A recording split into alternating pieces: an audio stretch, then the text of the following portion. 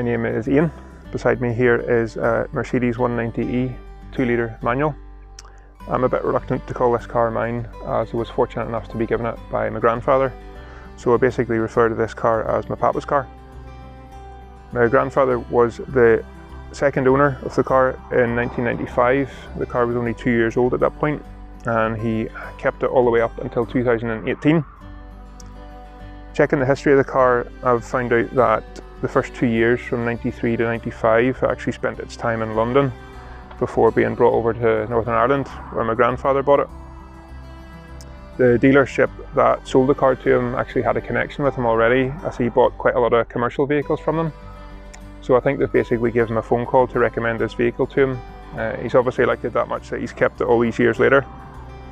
As I say, 2018 he had it, up until when he gave me a phone call at that point to say that the keys were there waiting for me if I wanted to collect it. I didn't make it any secret throughout his ownership that I was quite keen on the car and would happily look after it when the time came.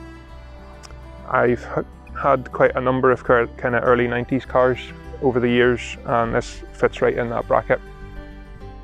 My grandfather looked after the car really well. He kept it garaged most days and used it kind of sporadically. The car's just showing over 79,000 miles on the clock, so it's still got plenty of life left in it. And my own kind of ownership of it over the past 3 years, I've actually only had it on the road one of those years. Just like everything else in life, kind of things take priority and other things come along. However, I think over the past 12 months, like everyone else has realised, that you don't know what's around the corner.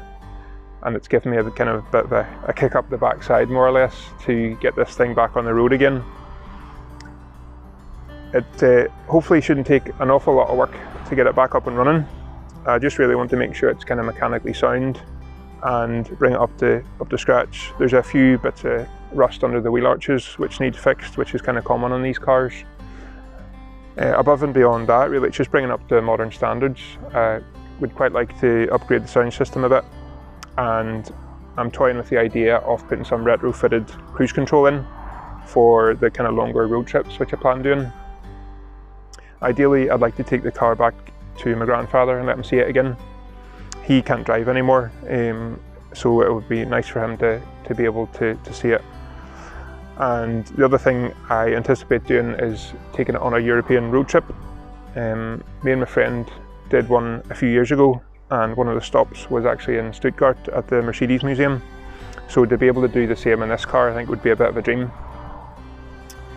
So yeah, that's the kind of overview of the car. It's just really keeping it sort of period correct with a few kind of subtle modifications, and just being able to keep it on the road. You know, I mean, each time you see a kind of older car on the road, or something a bit more classic, you see people appreciate it, and you always get the kind of smiles and waves, which is always nice to see. And I'd just like to keep it in a good condition for whoever comes along and owns it after me. So if you've got any questions or queries, just let me know, and hope you've enjoyed watching the video. Thanks for tuning in.